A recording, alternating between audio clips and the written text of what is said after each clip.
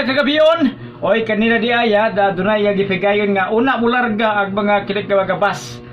Gina pa inspeksyon na sa atong mga kapulisan dina sa may terminal. Ang katong mga Mindanao Star Bus, ang kinig Rural Transit Bus, kinahanglan inspeksyonon kay para sa taon o guwapay ng mga nangabilin dinhag mga kabtangan gibilin sa may atong mga nahitabog nga namiaging bulan nga dunay bus nga may musikad tungod giubahan sa mga teroristang grupo. Instrikto karon ang ato terminal dinhi sa General Santos City. Instrikto una ularga ang bus inspeksyonon pagabot dito sa kinig pikas sa lungsod Coronadal City o sa Pulumulok. Doon na po ilaing nga mag-inspeksyon dito nga mga kapulisan sa magsiguro nga atong mga bus sa luwas sa kinig mga katalagman.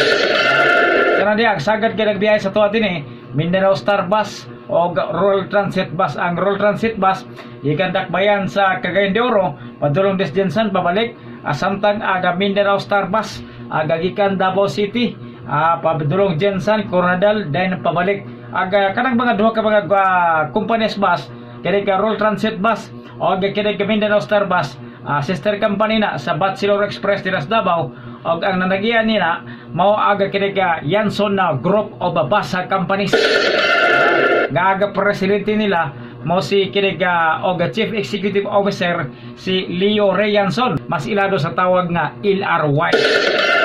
Ay congratulations dai sir LRY. So sa hapit ba nato na kalimti gumikan kay baguhan lang siya nakadawat og kiniga award baga kabantiro kining gitawag og Bagani Paglilingkod Award 2022. Amo na aga pinakatas nga ekotibo sa Yanson Group of Bus Companies kuna YGBC. Ako sa pinakadako nga bus companies nasod nakadawat sa prestisyong Bagani sa Paglilingkod 2022 award. Asa gikan sa Land Transportation Franchising Ada Regulatory Board kon LTFRB.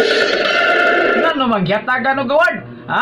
Ato sayron unyag taon-taon ang Itali. Kay Facebook kayon, si kanhi Department of Transportation kon DOTR, Secretary Arthur Tugadi, maoy mitunol sa Transport Service Award ngadto kang Leo Reyanson kon LRY, ang kasamtagang Presidente o Chief Executive Officer kon CEO sa YGBC kon Yanson Group of Bus Companies atol sa ika-35 nga anibersaryo sa kabugnaan sa LTFRB niadto pa Hunyo City tuig 2022 dito ginusada sa Quezon City. Agad collected nga mabasa sa Bog Award mga kabantiro nagkanayon nga English ni nga pinulungan a stakeholder who has shown initiative during adversity, display the concrete and immediate acts of service to the riding public through the bayanihan spirit with no regard for compensation and reward. Kung Bisayon naghulugan nga usa ka stakeholder nga nagpakita og inisyatiba sa panahon sa kalistanan, gipakita ang konkreto o diha-diha nga mga buhat sa serbisyo sa sumasakay nga publiko pinaagi sa espiritu sa bayanihan kung na pagtinabangay nga wala mag-apas sa bayad og ganto. Amo na gikabotyag nga ang LTFRB naghatag og Bagani Award sa mga stakeholders sa road transport alang sa nagtalag sa performance sa ilang trabaho. Ang pulong Bagani nagpasabot nga warrior kun manggugubat nga nagrepresentar sa persona sa LTFRB stakeholders. Ang Bagani gubit nga usa ka tawo nga miasdang sa pagigubat nga nagpakita sa dakong kusog, kaisog og agresyon nga dunay labing taas ka dignidad sa natad sa panggubat. Ang LTFRB mingon nga Bagani Awards sama sa mga stakeholders nga may sugon nga nagpataas sa kalidad sa sektor sa transportasyon sa nasod. Likod nga musukol og resibo nga tumangon ang mga hagit og babag alang sa interes sa publiko.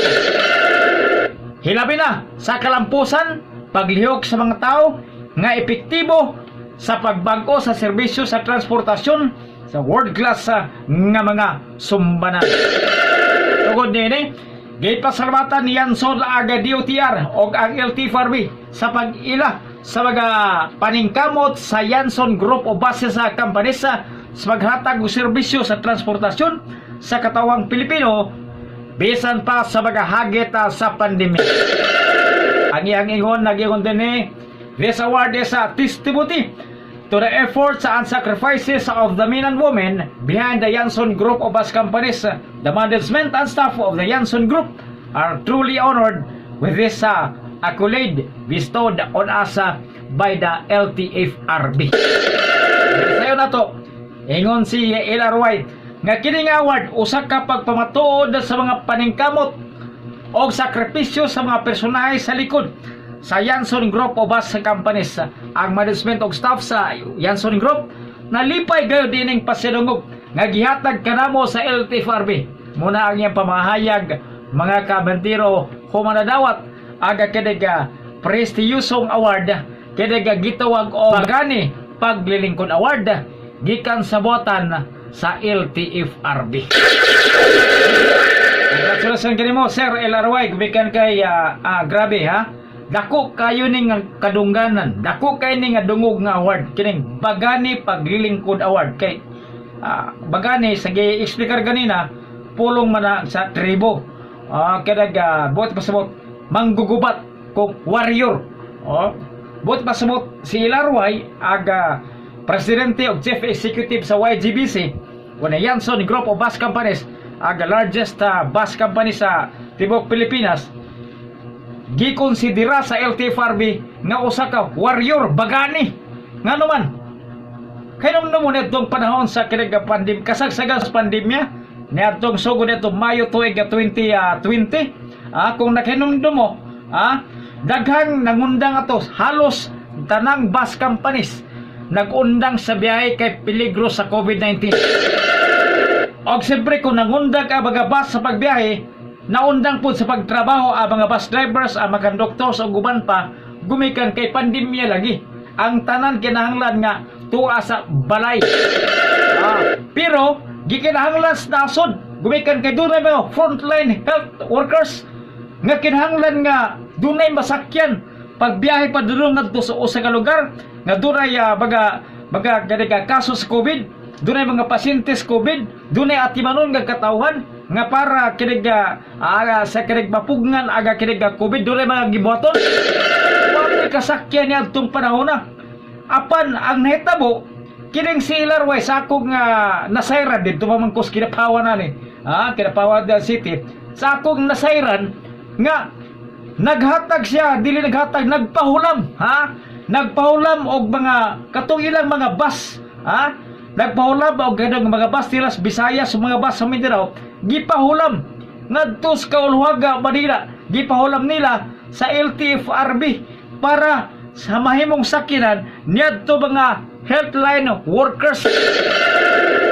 unya kining katong nga pagpahulam pulong nga pagpahulam wala ni bayad kundi voluntarious company isip kiniga iskabahin sa ilang social kiniga services ada kiniga doon na may social doon naman ay social accountability aga kinig mga bus company sila kiniga pagtaapang sa publiko wala na sapayan nila nga katong mga bus nga giserbisyo way bayad libre rato para lang magatabang paghakot sa kiniga mga frontliners kinakatamulan dugay ito kapintong tuig nagpagamit aga YGBC og daghang mga bus ngadto sa LTFRB para kasaksyan sa mga healthline or mga frontliners.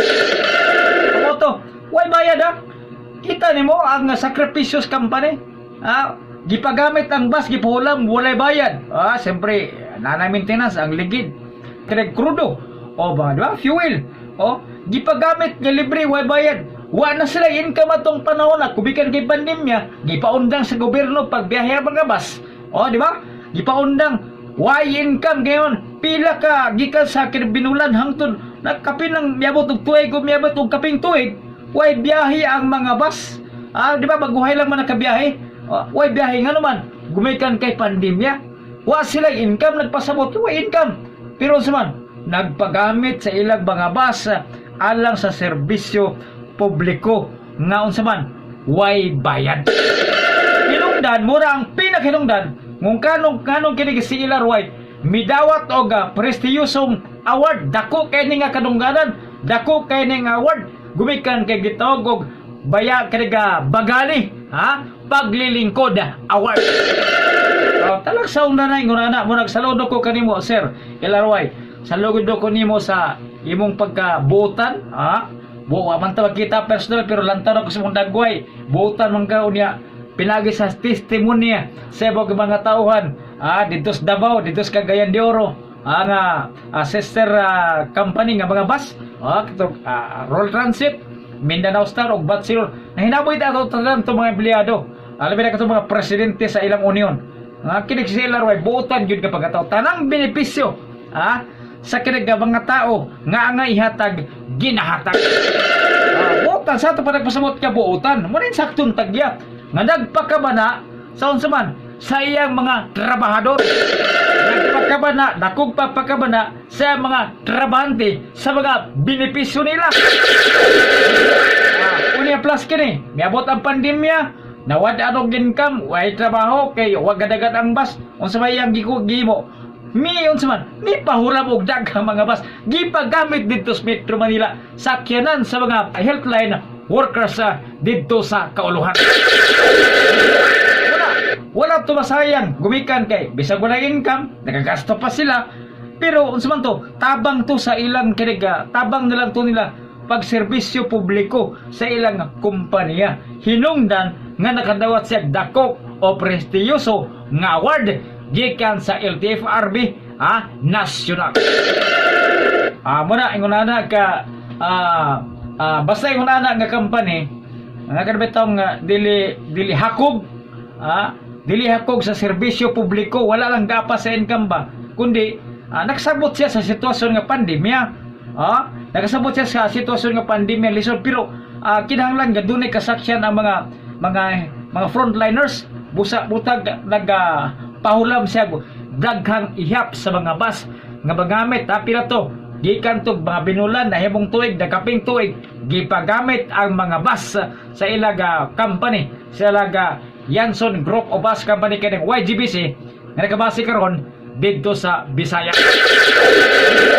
Congratulations sobre Sir LRY sa imong nga kayo, pero kanang imong kayo nabugtian sab og dako nga dungog sa imong mismong kaugalingon, sa imong kompanya og labaw sanan sa inyong apelyido, sa inyong kining pamilya nga kining pamilyang Yanson dinas Bacolod. Kinig dunay dakong pagpakabana ngadto sa katawhan, labi na sa mga frontliners ngadtong kasagsagan sa pandemya sa COVID-19.